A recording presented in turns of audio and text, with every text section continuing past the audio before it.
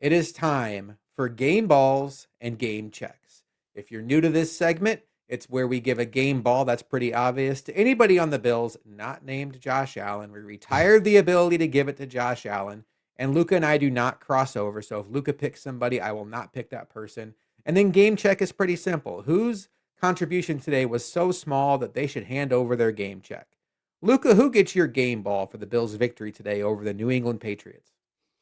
So we talked a little bit off air about this, and I think this might be one of those rare games where there are, I think, a large quantity of game ball recipients that are possible. I'm sure you will rattle off a bunch of them like you normally do, which is perfect. I think I caught you off guard with where I tipped you a little bit on this, but this one feels almost like we saw it once again pay in dividends today, but it feels like something that's been brewing for a while now. And it goes all the way back to the Chiefs game. My game ball goes to Chris Tabor, or I think that's how you say it. It's a special teams coordinator for the Bills. There is something going on with kick returns right now that has clearly been figured out by Chris Tabor. He has something going on that has turned Ray Davis, who was a weekly candidate for our game check segment for his offensive abilities or lack thereof. And he is becoming a all-pro returner all of a sudden and finding lanes, being able to burst through them and create very short fields and great opportunities for this offense time and time again. And if you can give Josh Allen a short field, as long as Brandon Cooks doesn't bobble the catch and not get his 2 feet down, you should most likely be able to capitalize in great fashion as long as, by doing that time and time again. So I just want to give a shout out where it feels appropriate because we had multiple times where it was a 44-yard drive. We're on the New England 44. We're on the New England 42, on the New England 49, trying to look here. Yeah, those are the three that were on the plus side. But the kick return game for weeks now has been becoming one of the biggest tools in our bag to really create and flip field position and get great scoring opportunities for this offense time and time again, that you truly feel like it's getting to a point now, Josh, where there's going to probably be a playoff game moment for this team where we let up a score where we lose the lead or we're losing all of a sudden in that game. But I'm sitting there feeling great. It's like, just put that ball in Ray Davis's hands, make it returnable. That's how good I'm feeling right now about kick returns. And all the credit is there is something going on to Chris Tabor's formula right now with the kick returns, whether it's, creating seals in a certain fashion with the blocking that he is, cooked up. I'm not sure. I love it though, and keep it up. So yeah, he gets my game ball. Among kick returners with at least 20 returns this season, Ray Davis leads the way with an average of 32.4 yards. The next closest guy is Isaiah Williams with the Jets at 29.7. So, yeah, Ray Davis has been a bolt of lightning back there at kick return. And there was actually a sequence where he brought the ball out of the end zone. And if you take a knee there when it goes into the end zone, you get at the 35-yard line. And my gut reaction was good. Like, let's force the issue here because every kickoff return feels like an explosive play. And for all the reasons you just laid out, Ray Davis could have easily been my Game Check Award winner. He's not going to be, but he's absolutely in the conversation. Another guy in the conversation today is Dawson Knox. 3 catches, 37 yards, but 3 big catches. One that set up a touchdown in the first half, and then 2 touchdowns. And that coming on the heels of Dawson Knox and his wife announcing that they had their child over the weekend. Just a fantastic moment with him doing the rock the baby celebration with the ball. You love to see it. Got the game ball from Sean McDermott in the locker room. Again, I want to call out Tre'Davious White. I think he played very well today. When Christian Benford went down, I think a lot of us were thinking, holy cow, what are they going to be able to do against this wide receiver group that ate their lunch last time? Well, the answer was they held them down pretty well.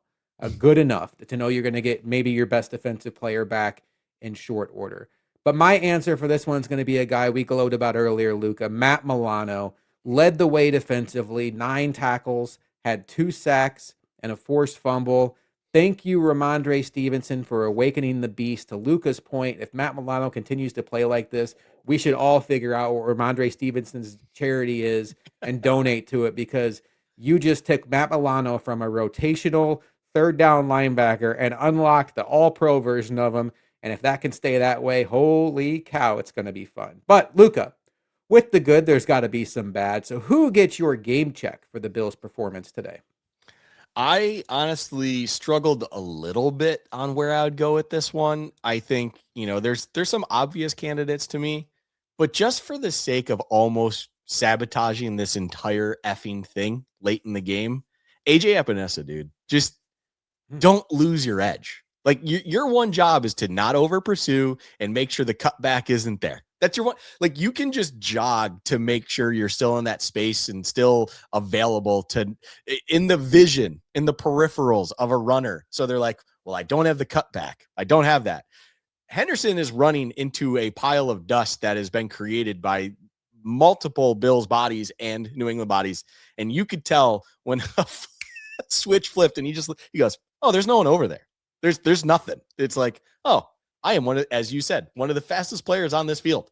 I'm going to just house this. Props to Drake May, by the way. You don't exactly see quarterbacks 50 yards downfield blocking to make sure that thing gets to the touchdown.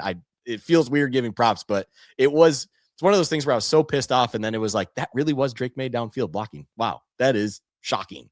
But AJ Epinesa, dude, let's just do your job. Let's not sabotage what could have been losing comeback. Is that the way to put that? I don't know how to put it, but it's like you could have that could have been deflating to everything. Thank God your quarterback is just a cyborg psycho in all the best way possible, and he was locked the fuck in and just got it done. Because it's like, yeah, you almost screwed that up, AJ. So yeah, you get my game check. That's fair. I mean, that was if the Bills had lost this game, we would have been watching that play over and over and over again, wondering how. Um, there's like three guys I want to give it to, and they all play the same position, so that you probably can figure out what position group that is.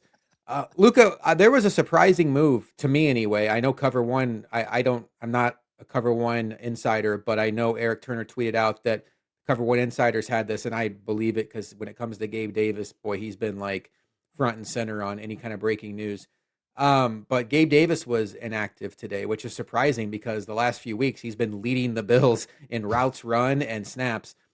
And that gave an opportunity to several guys. And I speculated that maybe it would give an opportunity to Brandon Cooks. The common thought was it would give an opportunity to Keon Coleman. The reality is it doesn't matter because neither one of those guys recorded a single catch today. And I really want to give both of them a game check because I firmly believe in the spirit of game check, Keon Coleman could have not shown up to the game today and the result would have been exactly the same, if not better. Brandon Cooks, however, is going to get the game check because even though Keon Coleman did nothing, he didn't create a negative play like Brandon Cooks did, which was drop a pass that hits him right in the hands that could have gotten the Bills off to a fast start, which ultimately almost sunk their battleship with how slow they started. I also wanted to mention Joshua Palmer with his false start on 3rd and 4 and then getting to 3rd and 9 and getting off the field. I'd love to go back to this summer and hear about how wonderful Joshua Palmer is. I get it, false starts happen, but if he's as good as everybody says he is, can he not stay on the field on 3rd and 9? Doesn't seem like he's that important when they sub in Tyrell Shavers for him. No disrespect to Tyrell Shavers. So all three of those guys in the conversation, but for today, we're going to give it to Brandon Cooks. But I feel like at this point, getting frustrated with the wide receivers is almost like insanity. What am I expecting at this point, Luca? It's getting to a point, Josh, where in the 2023 season, the Game Check Award was the Zach Moss Memorial Award. It might turn into the 2025 Wide Receiver Room Memorial Award. That is what the Game Check. I mean, I believe I've called out the entire receiving core at least twice this season. You are basically saying the same. Props to Shakir for, being the leading man, both on targets and receptions, and also leading the team in receiving yards on top of it. Props to you, dude. Finally got a receiver up there in the box score instead of it being all tight ends and running backs. But this game, even with that, Josh, this game did kind of live in between the numbers. The crucial catches, the crucial plays, everything like that. Those boundary receivers and even Shakir for kind of the most part, it didn't matter. They